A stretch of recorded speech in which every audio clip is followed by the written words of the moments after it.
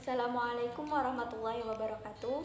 Bismillahirrahmanirrahim. Alhamdulillahirrabbilalamin. Wassalatu wassalamu ala asyrafil anbiya'i wal mursalin Sayyidina wa maulana Muhammadin wa ala alihi wa sahbihi ajma'in.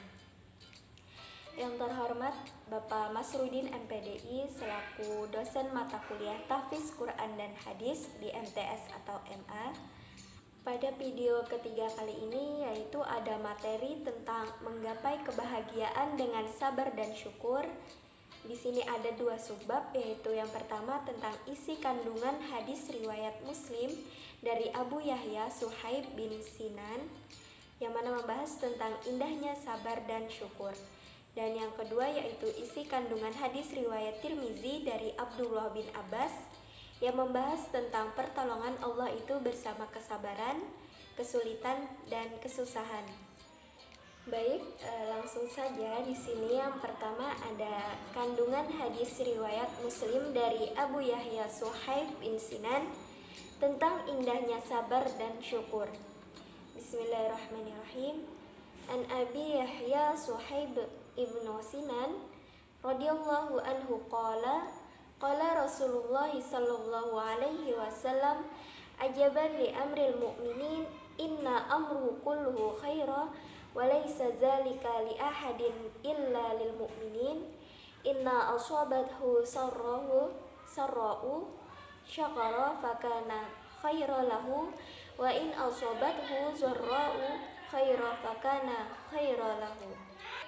Baik, hadis ini menunjukkan bahwa besarnya keutamaan bersyukur di saat kita senang ataupun di saat kita merasa senggang, dan bersabar di saat kita merasa susah ataupun sulit.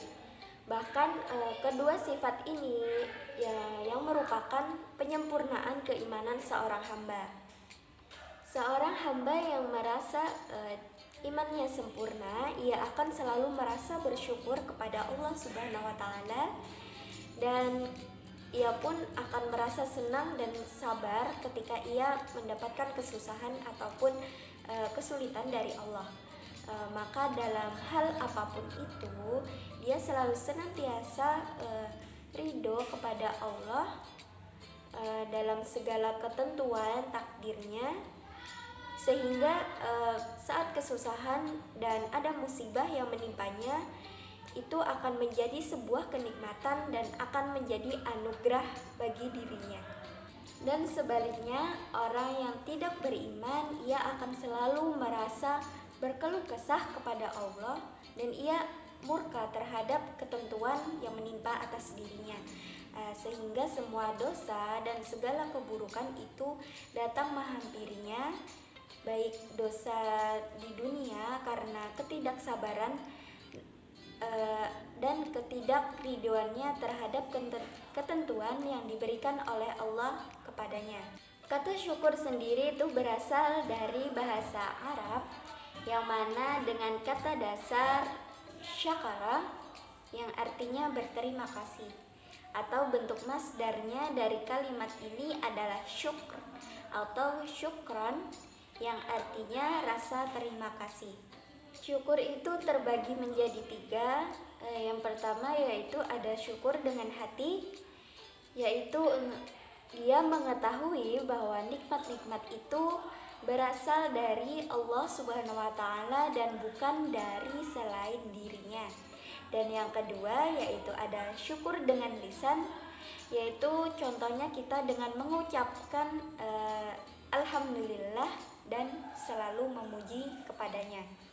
Dan yang terakhir yaitu ketiga itu ada syukur dengan jasmani, yaitu adalah dengan tidak mempergunakan setiap anggota badan kita untuk kemaksiatan, tetapi untuk selalu menjalankan ketaatan kepadanya.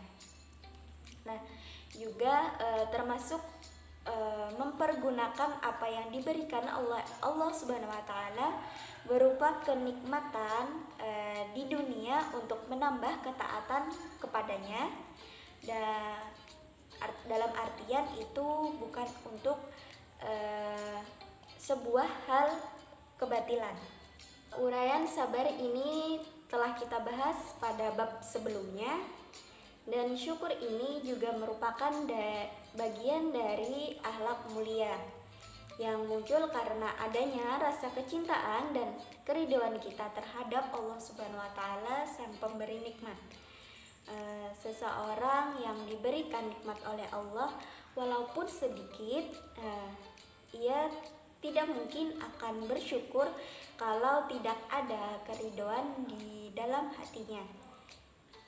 Orang yang mendapatkan penghasilan yang sedikit dan pas-pasan, ia tidak akan bisa bersyukur jika di dalam hatinya tidak ada keridhaan terhadap Allah Subhanahu wa Ta'ala.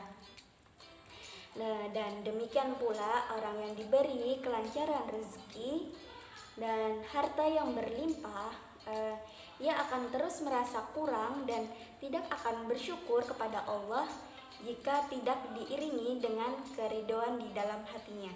Dan barang siapa yang menyadari bahwa adanya nikmat dan mengetahui bahwa itu dari Allah Sang Pemberi nikmat, lalu ia mengakui kenikmatan tersebut serta tunduk cinta kepadanya, dan kemudian ia mempergunakan kenikmatan tersebut ke dalam hal-hal yang dicintai oleh Allah. Nah, orang inilah yang dianggap ia selalu bersyukur. Dan yang kedua yaitu ada isi kandungan hadis riwayat Tirmizi dari Abdullah bin Abbas tentang pertolongan Allah Subhanahu wa Ta'ala itu selalu senantiasa bersama dengan kesabaran, kesulitan, dan kesusahan. Bismillahirrahmanirrahim.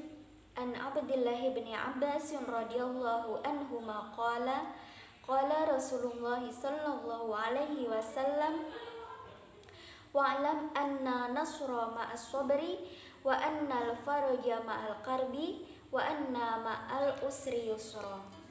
Baik, hadis ini menjelaskan bahwa apabila kita ada menghendaki sesuatu ataupun pertolongan kepada Allah, maka kita hendaklah untuk selalu bersabar, sebagaimana itu yang dijelaskan oleh Allah pada Quran surah Al-Baqarah ayat 153 yang telah diuraikan sebelumnya di bab-bab sebelumnya. Hadis ini juga menjelaskan bahwa jalan keluar ataupun solusi dari sebuah permasalahan yang selalu beriringan dengan kesulitan itu apabila seseorang ingin mendapatkan jalan keluar dari berbagai permasalahan yang menimpa dan ataupun datang kepadanya, maka ia harus